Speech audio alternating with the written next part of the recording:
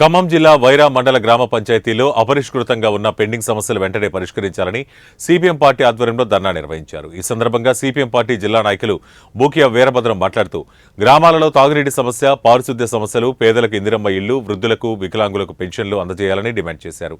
గ్రామ పంచాయతీలో పాలకవర్గం ముగిసి సంవత్సరం గడుస్తున్నా రాష్ట్ర ప్రభుత్వం స్థానిక సంస్థల ఎన్నికలు జరపకపోవడంతో గ్రామ పంచాయతీలు అస్తవ్యస్తంగా తయారయ్యాయని అన్నారు. పెద్ద ఎత్తున ఒక కథనం కూడా వచ్చింది. అమెరికా నుంచి గత 10 రోజుల నుంచి భారతదేశానికి విపరీతమైనటువంటి పత్తి దిగుమతి అవుతా ఉంది అని చెప్పి, ఎందుకంటే భారతదేశం అమెరికా నుంచి వచ్చే పత్తి మీద 10% మాత్రమే సుంకం వేస్తుంది. గతంలో అది చైనాకి ఎక్కువగా అమెరికా నుంచి దిగుమతి అయ్యేది. చైనా 145% ఇవాళ సుంకాలు అమెరికా దిగుమతుల మీద వేసింది. కాబట్టి అమెరికా యొక్క ఉత్పత్తులు చైనా కొనే పరిస్థితి లేదు. కాబట్టి ఇవాళ భారతదేశ వ్యవసాయాన్ని దెబ్బతీసే దానికోసం పత్తిని ఇక్కడికి దిగుమతి చేస్తాం. నేను 3 రోజులు బట్టి ఒడ్లు కోసాను. 3 రోజులు అయింది. ఒక 11 ఎకరాల వరకు వరి కోసాను. మంట ఎత్తినట్టు ఎత్తింది, మళ్ళా వాన మంట ఎత్తింది. ఆ విధంగా వరద కొట్టపోయే పరిస్థితి వచ్చింది. వంటలోకి వాన వచ్చింది, పొగి ఏది కాలేదు. చేయటం అన్నా కాదు, అప్పటికప్పుడు వాన వచ్చింది, పిడుగులతోనే వచ్చింది.